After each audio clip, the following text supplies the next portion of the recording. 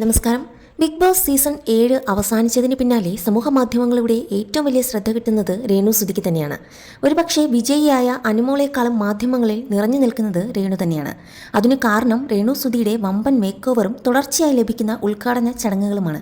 Big ബോസിന് ശേഷം Dubai ഉൾപ്പെടെയുള്ള വിദേശ രാജ്യങ്ങളിൽ രേണു ഉദ്ഘാടന ചടങ്ങുകൾക്കായി പോവുകയും ചെയ്തു. ഇതുകൂടാതെ നാട്ടിൽ മോഡലിംഗും ഫോട്ടോഷൂട്ടും ആൽബങ്ങളും ഒക്കെയായി തിരക്കിലാണ് രേണു. ഉടൻ തന്നെ പുതിയ സിനിമയിലും മുഖം കാണിക്കും എന്നും രേണു തന്നെ പറഞ്ഞിരിക്കുകയാണ്. അതിനിടെ വിവാദങ്ങളും രേണുവിനെ തേടിയെത്തിയിരുന്നു. ബിഗ് ബോസിൽ രേണുവിന്റെ സഹമത്സരാർത്ഥിയായ ഷാരികയാണ് വിവാദത്തിന് തിരികൊളുത്തിയതും. രേണുവിന്റെ വീട്ടിലെത്തിയ ഷാരിക വീടിന്റെ മോശം അവസ്ഥയെക്കുറിച്ച് പറഞ്ഞതാണ് സമൂഹ മാധ്യമങ്ങളിൽ ചർച്ചയായത്. കൊല്ലം സുധിയുടെ മരണശേഷം ജീവിതം വഴിമുട്ടിയ രേണുവിനും മക്കൾക്കുമായി KHDEC എന്ന കൂട്ടായ്മയാണ് സുധിലയം എന്ന വീട് നിർമ്മിച്ചു നൽകിയത്.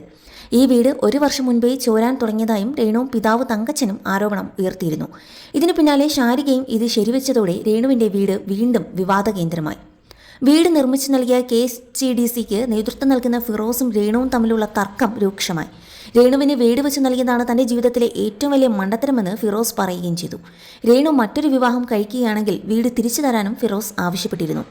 എന്നാൽ തന്റെ പേരിലല്ല വീട് എഴുതി നൽകിയിട്ടുള്ളതെന്നും കൊല്ലം സുധിയുടെ മക്കളുടെ പേരിലാണ് വീട് നൽകിയതെന്നും രേണു തിരിച്ചടിച്ചു. താൻ വിവാഹം കഴിക്കണോ വേണ്ടയോ എന്ന കാര്യത്തിൽ ഫിറോസ് ഇടപെടേണ്ട കാര്യമില്ലെന്നും രേണു വ്യക്തമാക്കിയിരുന്നു.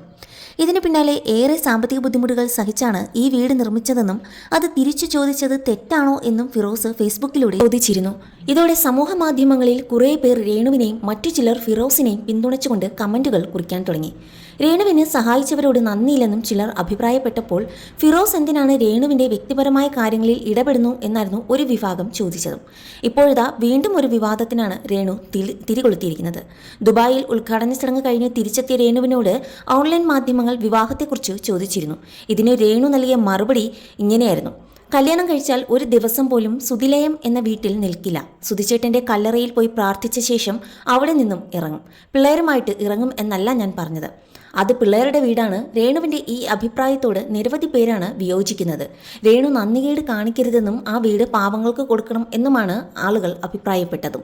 എന്നാൽ രേണുവിനെ അനുകൂലിച്ചുകൊണ്ടും നിരവധി പേർ രംഗത്തെത്തിയിട്ടുണ്ട്. രേണു പറഞ്ഞ അഭിപ്രായം ശരിയാണ്. രേണുവിനല്ല ആ വീട് നൽകിയത്, കൊല്ലം സുധിയുടെ മക്കൾക്കാണ് ആ വീട് നൽകിയത്. അതുകൊണ്ട് ആ മക്കൾക്ക് ആ വീട് അർഹതപ്പെട്ടത് തന്നെയാണ് എന്നാണ് കുറേയധികം പേരും അഭിപ്രായപ്പെട്ടത്.